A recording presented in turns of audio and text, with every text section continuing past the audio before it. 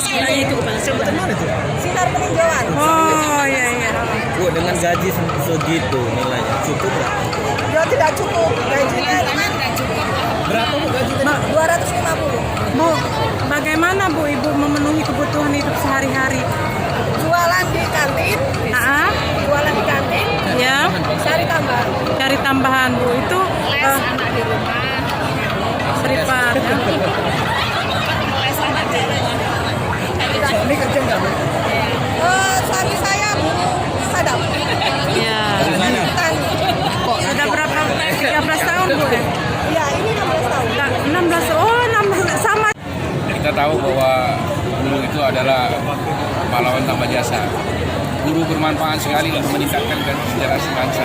Jadi intinya sekarang ini bagaimana kita mengimplementasikan apa yang diinginkan oleh Menteri Pendidikan tadi.